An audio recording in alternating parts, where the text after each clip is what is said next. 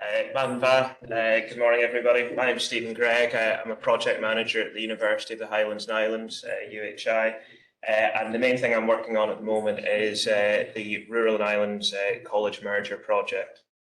I'd like to thank the organisers for a chance to speak today. As you'll see, this is not an academic paper. I am not an academic. I'm either a facilitator or a bureaucrat, depending on how you look at it. So I hope to illustrate in the paper that the College Merger Project touches on several of the topics that have been covered in the conference, and it represents a live opportunity to provide consultation feedback on the future of education in the Highlands and Islands, and also the central issue of minority policy in the speaker community. So I'll provide some general context, some specific context related to Gaelic and kind of the context of Gaelic in the Highlands and community influence development.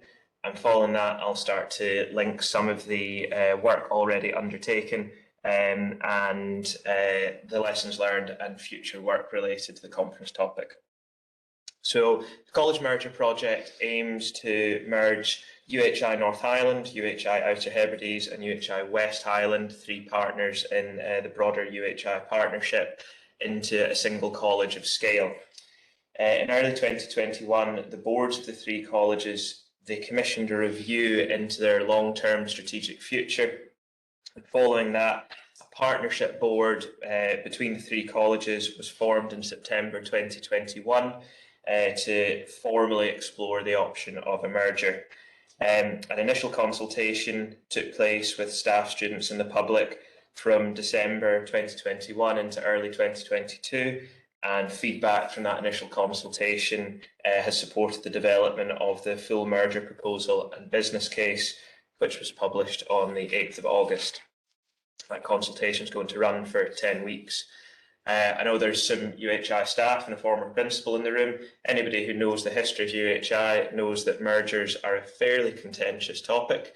But this project has reached an advanced stage and really has a significant amount of momentum, and that is not least to do with the extremely hard work by the staff and boards of the college and the communities that they serve. So it's quite hard to illustrate the scale of this proposed merger for people who are kind of not from the area.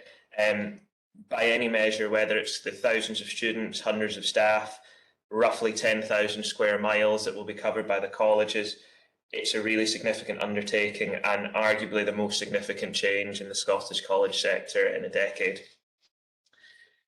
Prior to the Post-16 Education Scotland Act 2013, there were around 30 colleges outside the Highlands and Islands region, as well as the colleges inside. And the aforementioned Act heralded a period of quite significant change in the process of changing local colleges into regional colleges.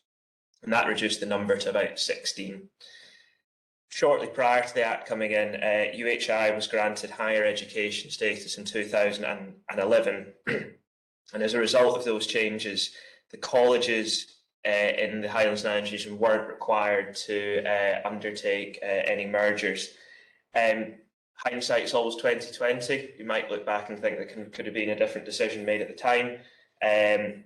A decade later, in a different context, the case for mergers in the Highlands Islands is strong, and it's strengthening against a backdrop of what are going to be real-term budget cuts. So let's give you a bit of a brief history about the three colleges. UHI North Highland opened in 1959 as Thurso Technical College to serve the needs of Dounreay Power Plant. It's located, located about 10 miles from the Thurso campus. Over the years, it significantly expanded its curriculum, and the college has continued to support the training needs of Dounreay, as well as develop the curriculum in key subject areas to meet the demands of new and changing employment opportunities. The college has expanded its geographic remit into Halkirk, Dornoch and Alness, and was renamed North Island College in the early 2000s. And the Environmental Research Institute in Thurso is home to a growing international community of staff and students studying key themes of significance to the North Highland area and the broader Highlands and Islands.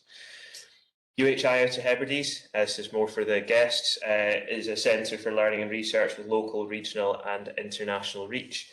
The college was established in 1953 within Lewes Castle in Stornoway and was originally titled Lewes Castle to reflect this. It began as a provider of technical training and seamanship, but then it diversified to provide broader vocational curriculum. And in 2011, it became part of UHI, and that expanded the remit of the college to include degrees, postgraduate programmes and research. April 2022, the college was renamed to UHI Outer Hebrides to better represent the geographic reach of the college, which has campuses here in Stornoway, Barra, North Uist, Benbecula, and most recently in August 2022, South Uist. UHI North Highlands was created in 2010 through the merging of Lochaber College in Fort William and Skye and Wester Ross College. It's got 10 learning centres, which is the learning centres really the characteristic of West Highland College, and that's got a range of tourism, hospitality, care, creative arts, crofting, maritime, aquaculture, computing and construction.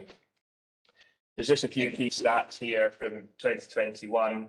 You can see here the FE students, HE students, postgraduate students and staff across 3 colleges. Really noticeable kind of here in Outer Hebrides postgraduate students kind of significantly stronger in West Highlands.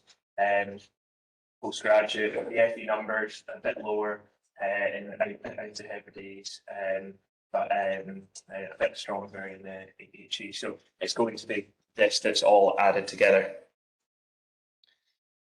So this map shows the current college campuses and kind of geographically you'd summarise the areas: the Outer Hebrides, Skye, Lochaber, Wester, Easter Ross, Caithness and Sutherland.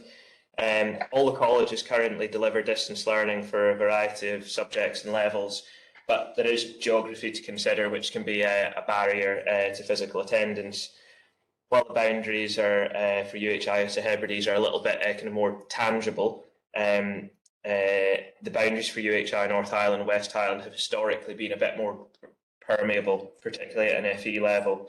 And for this reason, alongside the UHI North Highland data, I've included information from the Dingwall area that sits sandwiched right between the West Highland and North Highland areas, and residents here could easily access UHI North Highland provision at the Allness campus, and similarly there are residents in Argyll who might access UHI West Highland courses. So this kind of a little bit of a divergence, but something that we've been hearing about a lot of this conference is kind of not just about Gaelic, it's about all the other societal challenges that areas are facing, and it's worth pointing out that while this is regional, the localities covered by the colleges are arguably the worst affected areas in terms of the acuteness, but also in terms of the number of years that this change has been happening across. Many local attendees will know this all too well, and they're likely being directly affected by issues such as depopulation, a lack of affordable housing, centralisation of services, and this is growing. And there's some areas which are essentially unaffordable for local people on the open market. So therefore, education as a kind of a place-based anchor is a really, really important thing to try and, it's not going to reverse the trends in of itself, but it will help. So this is kind of a personal opinion as opposed to kind of a corporate one. One of the opportunities for the merged colleges to kind of forge new relationships and enhance existing links with organisations, groups, geographic communities, also communities of interest in the areas the merged college is going to serve, and explore how they can support these groups to develop new solutions. Bit of a slightly personal aside from a previous job, but this has actually already happened to a certain extent in the UHI partnership. So in coordination between Salmore Ostig and the Communities Housing Trust, which was at the time Highland Small Communities Housing Trust, I was involved in the early stages of a project to build 2 affordable houses on a rent-to-buy basis just beside Salmore. The allocation policy was based on an association with Salmore in the Gaelic language, and the houses were built by a local contractor. the houses, while they were kind of sold on an initial rent-to-buy basis, they are protected as affordable in perpetuity by a title condition called a rural housing burden. And one of the benefits of the rural housing burden, it not only protects the affordability, but it provides flexibility in the selling price depending on what finance the buyer has access to. So this is actually me with less grey hair at the turf cutting with John Swinney and Donny and Boyd.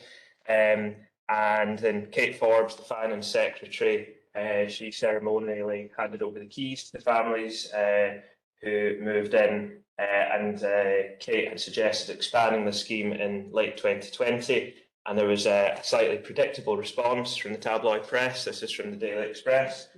Brighton's furious as SNP politician proposes housing ban for English-only speakers. And if this isn't a bit of a case of shutting the stable door after the horse has bolted, it's already happened. And there were plans announced on Sleat Community Council's Facebook to expand that housing at Kilbeg. That was in March 2021. I don't know what stage the plans are at. So, as shown in the Vernacular Crisis book, census data can be unreliable. In lieu of better data, I've collated the 2011 census data about the ability to speak Gaelic and other Gaelic skills in the UHI, North Highland and West Highland areas by using the relevant council ward information. It's likely that the census information overstates the speakers residing in the areas, particularly due to the amount of time that's elapsed since the data was collected and the age demographic. So this slide shows the North Highland area with the addition of Dingwall. As you see, the rates in general are low, as low as 0.1 in landward Caithness able to speak Gaelic to 5.1% in North and West Sutherland, Northwest and Central Sutherland, sorry. This slide shows the West Highland area where there's some overlap with the Vernacular Crisis Study area in Study District 24 staffing. Data here paints a slightly more positive picture with Skye being the obvious outlier in terms of higher speaking rates. The other wards are all higher than the North Highland council ward areas, but substantially lower than Skye, ranging between 7 and 10% able to speak Gaelic. With regards to the Outer Hebrides data, there's extensive analysis in the Vernacular Crisis book in Chapter 2 with census data area and the Community Social Linguistic Study in Chapter 5. So I'm not going to cover that as we have people who have literally written the book on it in the room. If you want to look, there's detailed information there. So in terms of Gaelic medium provision in the Highland Council area, so the Highland Council Act covers the North Highland and West Highland areas. The key here, red pin for secondary, blue cross for primary, yellow arrow for nursery. This is all from the highland.gov.uk website. There's fairly broad provision geographically, but then when you start to dig into the data, it shows fairly low numbers, although there are signs of positivity. This slide shows numbers. So Dingwall included again. Seems to be a little bit of kind of a Gaelic revival taking place in Easter Rock. Significant number of learners at Allness Academy and full provision from nursery through to secondary school in Taying. And there is significant link up between schools and colleges in senior phase. So this kind of looks like a potentially area of curriculum development in the merged college.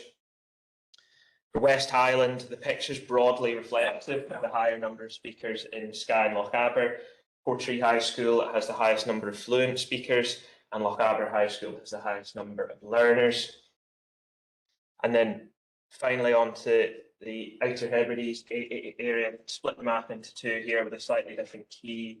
It's red pin is secondary, green pin is full provision from nursery through to secondary, primary, nursery and primary. So I took this information from Auckland Gaelic website. That claims 20 nurseries and 30 primaries, so it's potentially that there's not information on the long list, so I think it's kind of maybe more than this.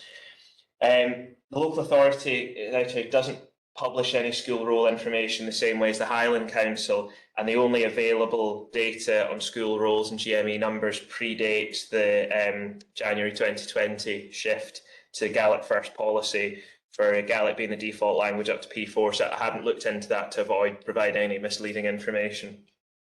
Similarly, if you like that Daily Express headline, there's some good ones about that policy shift on the Daily Mail and Daily Express website. So the merged college.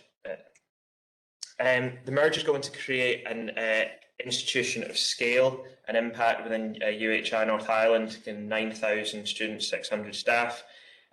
For the colleges, the case for merger is clear. All three face similar challenges in the rural and islands context: real-term funding cuts and a declining demographic. They've got similar opportunities for growth, which are hard to realise because of their current scale. And by coming together, there will be an opportunity to realise those opportunities better. A recurring theme is the desire to thrive, not just survive. And there is a real ambition to seize opportunities to support the communities the college serve. There's significantly more detailed information on the merger proposal and business case website. I'll share the link at the end, rural-islands-merger.uhi.ac.uk. So the initial consultation, which ran for 10 weeks from December 2021 until February 22, this was processed and published online. That was published bilingually on that website is bilingual, and correspondents could leave feedback to that initial consultation, English or Gaelic. There were a series of consultation events. Staff and students were informed.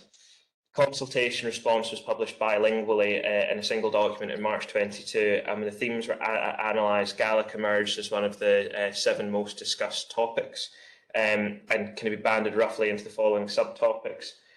The first one was about presence of Gaelic in the name for the merged college. All of the FE delivery colleges and the UHI partnership, they're branded bilingually. There were general queries about the position of Gaelic within the merged college, noting there was a lack of clear position. This was definitely a lesson learned. There was just simply not said enough about Gaelic in the initial consultation, and this has been addressed in the full business case. There was a desire for continuing presence and strengthening of Gaelic in the curriculum, noting it as a potential growth area for the college, and I'll come on to talk about that shortly. There was some concerns about a lack of support for Gaelic in the North Highland community area. Gaelic's not going to be promoted at the expense of other curriculum areas, and there's specialisms in different colleges. So Gaelic was obviously spoken in kind of substantial parts of Caithness and Sutherland and Eastern and Wester Ross, and the Gaelic medium education data shows that there is provision occurring at present that can be built on. So Gaelic in the merged college. This is taken from an outline business case. So Gaelic has been identified as a key curriculum growth area. More community-based short courses for beginners, Gaelic upskilling for health, early years and childcare, and a commitment to increasing the number of Gaelic medium teachers through expanding the initial course, the course that's running at present.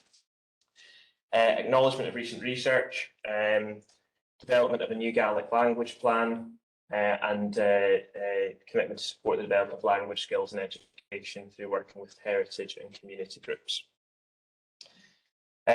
So consultation, the next step. So the full business case runs to over 100 pages. There's a lot of reading, but their consultation is open until the 14th of October. And in order to take proper stock of feedback promptly and transparently, a third party has been commissioned to process the initial consultation feedback. Staff, students and everyone else, that's the 3 groups that have been identified. There's a series of events, online public consultation events, drop-in sessions across the 3 campuses, the 3 colleges, staff and student focus groups. There's a couple of online events. The next one's on the 7th of September and then the 28th of September. The outline business case will be updated before it goes to the Council for Funding Council and Government for approval. Just to, I know we're in a bit short of time.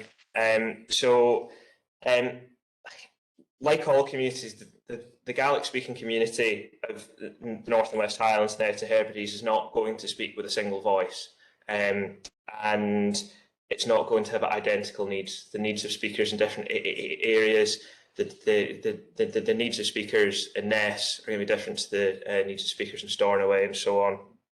And it's really, really important for the diversity of those voices to be captured through the consultation. There's this consultation, and there'll be a consultation on the Gaelic language plan, and the needs and ambitions of communities and residents needs to be captured as the new college develops. This is not going to be a single-step process. It's going to require improvement, reiteration and refinement over a period of years with the support of external agencies and community organisations. Just before I finish, a colleague of mine, someone who will know, a chap called Magnus Davidson, Magnus had said he puts the mission of UHI in the signature to his emails to do something similar. And I think that kind of it's worth bearing in mind that the mission of UHI is to have a transformational impact on the prospects of our region, its economy, its people and its communities. And I think that this college merger is a really good opportunity to do that. Thank you very much. Tap left.